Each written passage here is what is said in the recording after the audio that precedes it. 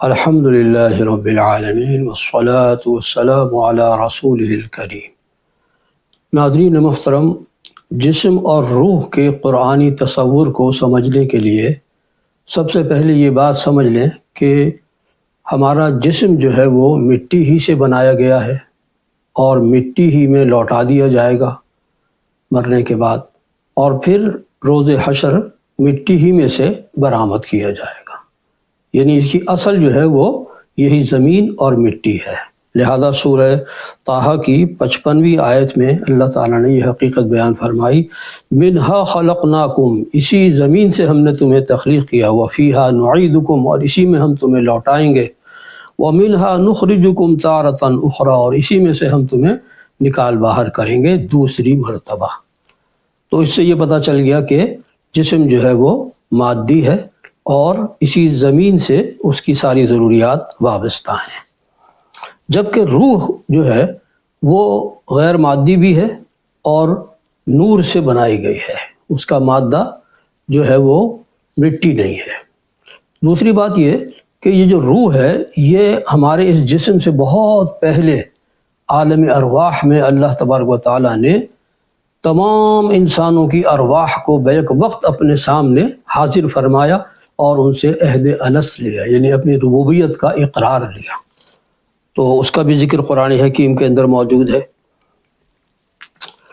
اچھا، تو اب قرآن حکیم میں سورہ المومنون کی آیات نمبر 12 تا 14 میں اللہ تعالیٰ نے وہ تخلیق کے مراحل بیان کیے ہیں ہمارے وجود کے، جسمانی بھی اور روحانی بھی۔ فرمایا وَلَقَدْ خَلَقْنَا الْإِنسَانَ مِنْ صُلَالَةٍ مِّن طِينٍ، بے شک ہم نے انسان کو پیدا کیا مٹی کے خلاصے سے، مٹی کے جوہر سے، یعنی مٹی میں سے جو چیزیں برآمد ہوتی ہیں اسی سے جو ہے انسان کی تخلیق ہوئی ہے۔ ثم جعلناہ نطفۃ فی قرار مکین، پھر ہم نے اس کے نطفے کو ایک محفوظ ٹھکانے میں رکھا، یعنی رحم مادر میں۔ ثم خلقنا النطفۃ علقہ، پھر ہم نے اس نطفے کو ایک ایسی شکل اختیار کی جو جونک کی مانند رحم مادر میں چمٹا ہوا ہے اور پھر وہ لٹک جاتا ہے۔ علقہ کے معنی وہ لٹکی ہوئی چیز۔ فخلقنا العلقۃ مضغۃ، پھر ہم نے اس علقہ کو مضغہ یعنی لوتھڑے کی اور بوٹی کی شکل، فخلقنا المضغۃ عظاما، پھر اس گوشت کے لوتھڑے سے ہم نے ہڈیاں بنائیں، یعنی اس میں ہڈیاں بھی پیدا فرمائیں۔ فَكَسَوْنَا الْعِظَامَ لَحْمًا، اور پھر ہم نے ہڈیوں پر گوشت چڑھایا۔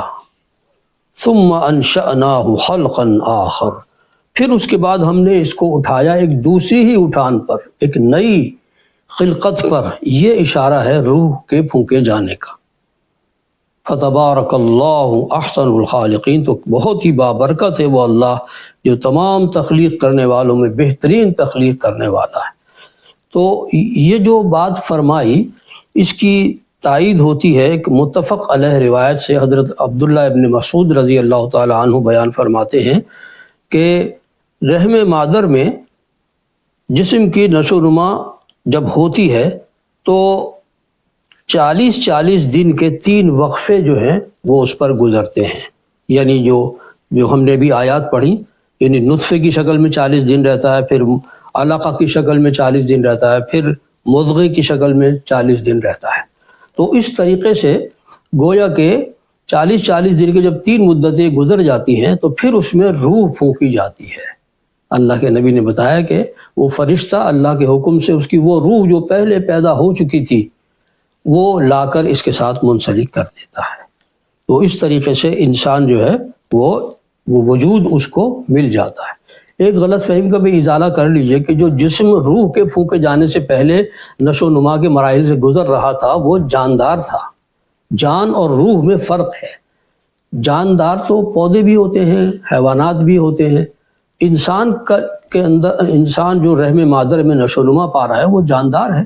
جب روح اس میں پھونکی جاتی ہے تو پھر وہ ایک مکمل انسان بن جاتا ہے، اس سے پہلے اس کا صرف ایک حیوانی وجود ہوتا ہے۔ تو یہ بات ہے۔ اللہ تعالیٰ نے قرآن حکیم میں اشارہ فرمایا ہے کہ یہ روح کا معاملہ بہت نازک ہے۔ یسألونک عن الروح، یہ روح کے بارے میں سوال کر رہے ہیں۔ قل الروح من امر ربی، آپ فرما دیجئے کہ روح تو میرے رب کا امر ہے، اس کا حکم ہے۔ وما اوتیتم من العلم الا قلیلا، اور تمہیں جو علم دیا گیا ہے وہ بہت تھوڑا ہے، یعنی روح کی اصل حقیقت تک پہنچنا تمہارے لیے ممکن نہیں ہے، ما براء العقل ہے یہ معاملہ۔ اللہ تعالی ہمیں دین کی صحیح سمجھ عطا فرمائے، آمین۔